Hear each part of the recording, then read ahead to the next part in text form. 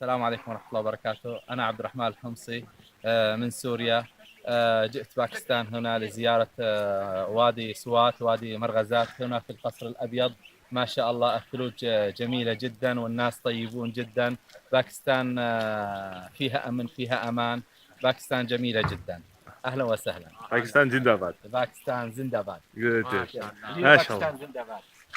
كويس كلمه باكستان زندباد. باكستان زندباد.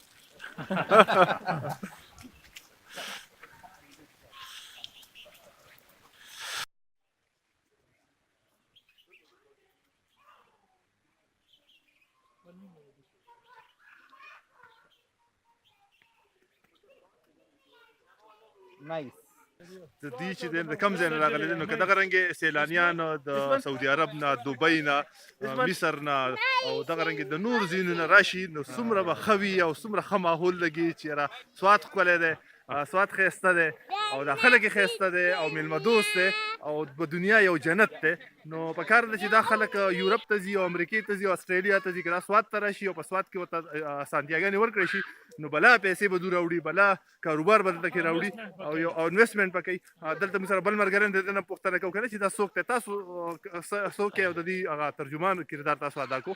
زما نوم وحید الله دی، د سوات اوسېدونکی یم، د ګولکدې او دې مرغدار ته راغلو د انجوای دپاره. ډېر ښکلی موسم دی، واورې ورېږي، چاپېره ګورئ ښه په ګڼ تعداد باندې مېلمانه راغلي دي د سعودي عرب نه، د سیریا نه، د پنجاب نه.